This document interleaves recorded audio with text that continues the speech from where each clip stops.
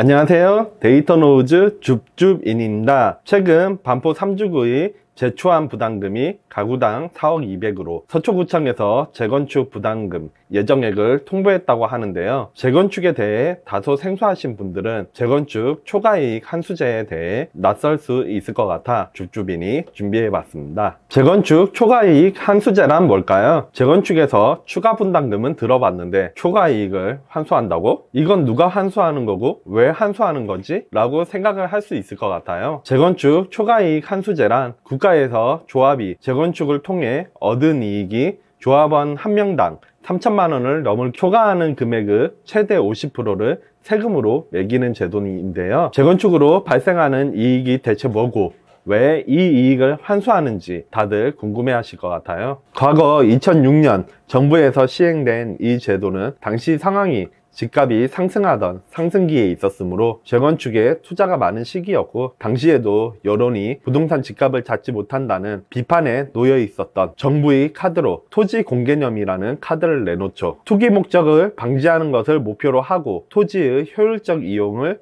목적으로 한다는 취지하에 과거의 상황에서는 집값을 잡기 위한 하나의 카드였었습니다. 하지만 시행만 되고 리먼 브라더스 사태로 주택시장 자체가 타격을 받게 되며 자연스럽게 주택의 가격 하락기를 맞게 되었고, 재건축 초과이익 환수제 역시 유예되기 시작합니다. 건설 경기가 침체되면 침체될수록 한국 경제에도 치명적인 영향을 주기에 피치 못한 결정이었을 겁니다. 장기간에 1차, 2차 유예를 거치다가 부동산 상승기가 본격적으로 시작되던 2017년 다시 이슈화되기 시작하며 본격적으로 2018년 2월에 시행되기 시작합니다. 과거 2012년 한남동 소재 재건축 조합에 재건축 부담금을 부과하여 헌법소원을 청구하였으나 2019년 말에 헌법재판소가 환수를 하는 게 맞다라고 합헌 결정을 내리며 재건축 초과이익 환수제의 시행에 더욱 힘을 실어주게 됩니다. 재건축 초과이익 환수제의 산정 방식은 간단히 얘기하면 추진이 설립 인가일부터 재건축 준공 인가일까지 주택가격에 대한 공시가격의 차익에 대해 부과율을 최대 50%까지 부과하는 방식입니다. 앞서 계양 3D구역 재개발에 대해서도 절차와 기간을 설명해 드린 적이 있는데, 추진위부터 준공 인가일까지 기간이 최소 6, 7년에서 길게는 10년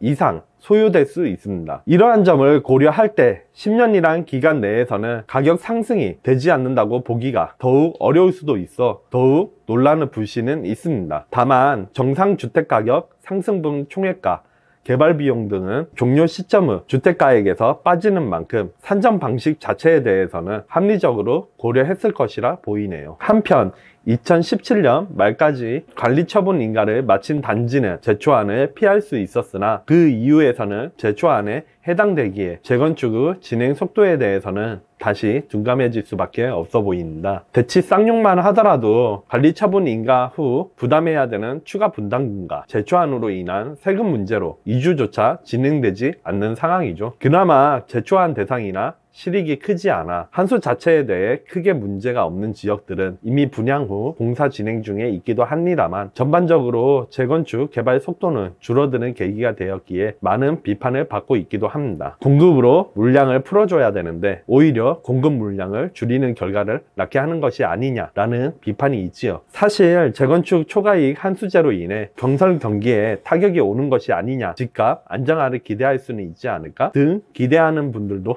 적지는 않았었습니다. 해당 내용과 관련해서는 아직까지도 재건축 초과이익 환수제는 다양한 관점에서 논란은 늘 있는데요. 초과이익에 대한 부담금을 낸 후 집값이 되려 하락하면 재산권을 침해 아니냐는 논쟁과, 재개발은 초과이익을 환수하지 않는데 왜 재건축은 초과이익을 환수하느냐 외에 본 화면에서 보시는 것처럼 꾸준히 논쟁은 있습니다. 재초안을 실행하고자 하는 근거가 부족하다는 연구 결과도 있는데요. 특히 사실상 실행 후에 집값이 안정화되는 움직임보다는 상승 국면이 더 컸기에 본 정책이 바로 시장에서 발휘되는 데는 역부족이었다는 의견에는 공감합니다. 흔히 신축이 들어서면 그에 대해 주변 아파트의 의 가격 상관관계는 필연적으로 나타나기에 본 연구 결과 역시도 하나의 주장 중 하나라고 보입니다만, 본 기사 내용처럼 추진 이후부터 부가시 환수이익에 대한 부담 자체가 커지는 점에 대해서는 공감하며 관리처분 인가부터 부과하는 게 맞겠다라는 필요는 있다고 생각을 하고 있습니다. 일방적인 입장보다는 정부 역시 올바른 취지 하에 제도를 안착시키고 새 보금자리를 찾고자 하는 조합원들에게도 납득될 수 있는 부담금을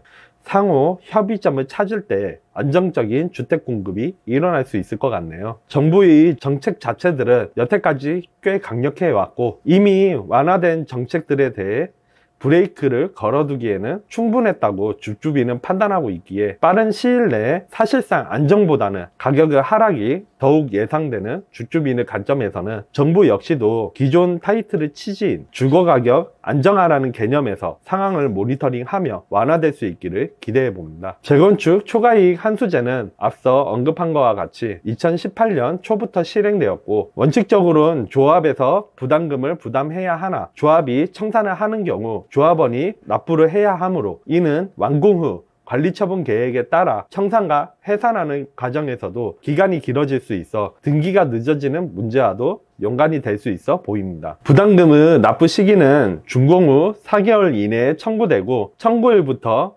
6개월 이내에 납부해야 하므로 총 10개월 이내에 정리가 완료되어야 합니다. 부담금을 거두면 대체 어디에 쓸까요? 이는 최근 재건축 초과이익 환수제의 시행령이 개정된 내용에서 확인할 수 있는데요. 공공주택 사업 실적에 대한 내용은 삭제되었고, 지자체에 배부된 재건축 부담금은 임대주택 건설 매입 경비 및 관리비, 정비 사업의 시행자에 대한 보증금 및 융자금 지원, 기반 시설의 설치 비용에 대한 비용 등에 활용되는 등 전반적으로 주거 시설의 환경 개선에 대해 사용된다고 하네요. 최근 제초안으로 논란이 된 반포 3주구로 돌아가면, 반포 3주구의 현재 상황은 기존 현대산업개발과의 시공계약을 취소하고 삼성물산과 대우건설이 치열한 경쟁을 거쳐 삼성물산이 시공사로 선정되는 등 재건축에 박차를 가하고 있는 상황입니다. 이미 반포 3주구 재건축 조합에서는 조합이 예상한 4억 4천만 원보다 줄어든